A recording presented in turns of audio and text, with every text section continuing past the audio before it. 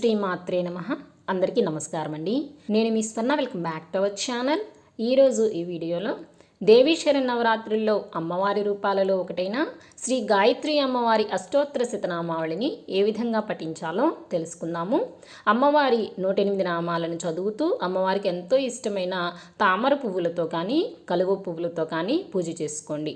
అవి లేనివారు కుంకుమతో కానీ అక్షంతలతో కానీ పూజ అనేది చేసుకోవచ్చండి. చదవటం రానివారు ఆడియో వింటూ కూడా పూజ అనేది చేసుకోవచ్చు. శ్రీ గాయత్రి అష్టోత్తర శతనామావళి ప్రారంభ. ఓం శ్రీ గాయత్ర్యై నమః. ఓం జగన్మాత్రే నమః. ఓం పరబ్రహ్మస్వరూపిణ్యై నమః. ఓం పరమార్థప్రదాయై నమః. ఓం జప్యాయై నమః. ఓం బ్రహ్మతేజో వివర్ధిన్యై నమః. ఓం బ్రహ్మాస్త్రరూపిణ్యై నమః. ఓం భవ్యాయై నమః. ఓం త్రికాలధ్యేయరూపిణ్యై నమః. ఓం త్రిమూర్తిరూపాయై నమః. ఓం సర్వజ్ఞాయై నమః. ఓం వేదమాత్రే నమః. ఓం మనోన్మన్యై నమః. ఓం బాలికాయై నమః. ఓం తరుణ్యై నమః. ఓం వృద్ధాయై నమః. ఓం సూర్యమండలవాసిన్యై నమః. ఓం మందేహదానవధ్వంసకారిణ్యై నమః.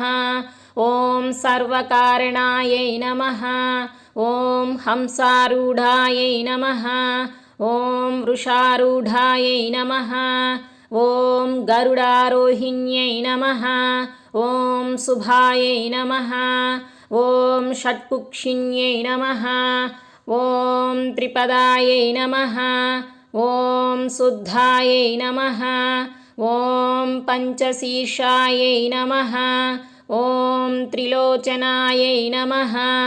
ఓం త్రివేదరూపాయై నమః. ఓం త్రివిధాయై నమః. ఓం త్రివర్గఫలదాయిన్యై నమః. ఓం దశహస్తాయై నమః. ఓం చంద్రవర్ణాయై నమః. ఓం విశ్వామిత్రవరప్రదాయై నమః. ఓం దశాయుధధరాయై నమః. ఓం నిత్యాయై నమః. ఓం సంతుష్టాయై నమః. ఓం బ్రహ్మపూజితాయై నమః. ఓం ఆదిశక్త్యై నమః. ఓం మహావిద్యాయై నమః. ఓం సుషుమ్నాఖ్యాయై నమః. ఓం సరస్వత్యై నమః. ఓం చతుర్వింశత్యక్షరాఢ్యాయై నమః. ఓం సావిత్ర్యై నమః. ఓం సత్యవత్సలాయై నమః. ఓం సంధ్యాయై నమః. ఓం రాత్రే నమః. ఓం ప్రభాతాఖ్యాయై నమః. ఓం సాంఖ్యాయనకులోద్భవాయై నమః. ఓం సర్వేశ్వర్యై నమః. ఓం సర్వవిద్యాయై నమః. ఓం సర్వమంత్రాదయే నమః. ఓం అవ్యయాయై నమః. ఓం శుద్ధవస్త్రాయై నమః. ఓం శుద్ధవిద్యాయై నమః. ఓం శుక్లమాల్యానులేపనాయై నమః. ఓం సురసింధుసమాయై నమః. ఓం సౌమ్యాయై నమః. ఓం బ్రహ్మలోకనివాసిన్యై నమః. ఓం ప్రణవప్రతిపాద్యార్థాయై నమః. ఓం ప్రణతోద్ధరణక్షమాయై నమః.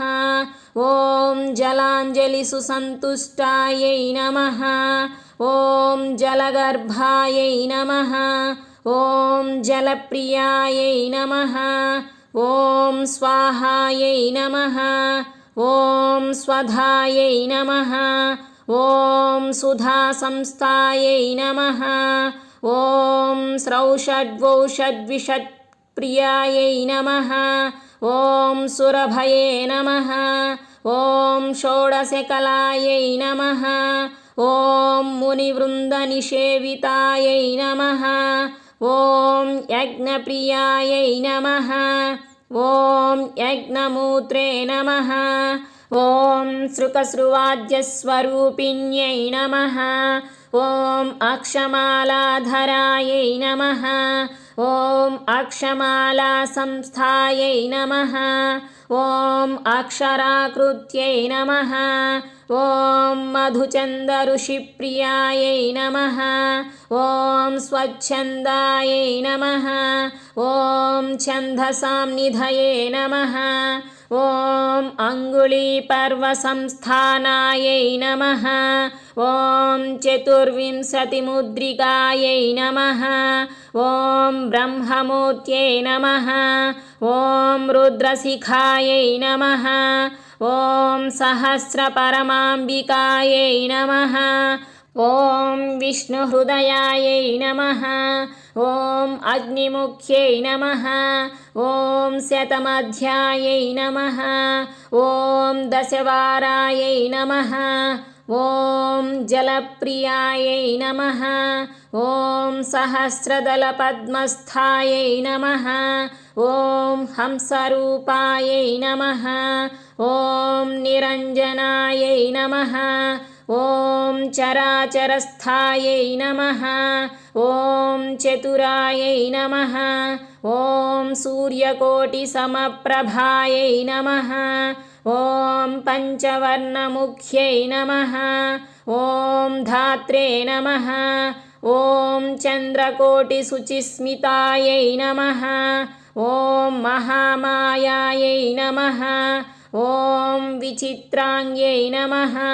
ॐ मायाबीजविनाशिन्यै नमः। ॐ सर्वयन्त्रात्मिकायै नमः। ॐ सर्वतन्त्ररूपायै नमः। ॐ जगद्धितायै नमः। ॐ मर्यादपालिकायै नमः। ॐ मान्यायै नमः। ॐ महामन्त्रफलदायै नमः। శ్రీ గాయత్రీ అష్టోత్తర శతనామావళి సంపూర్ణం.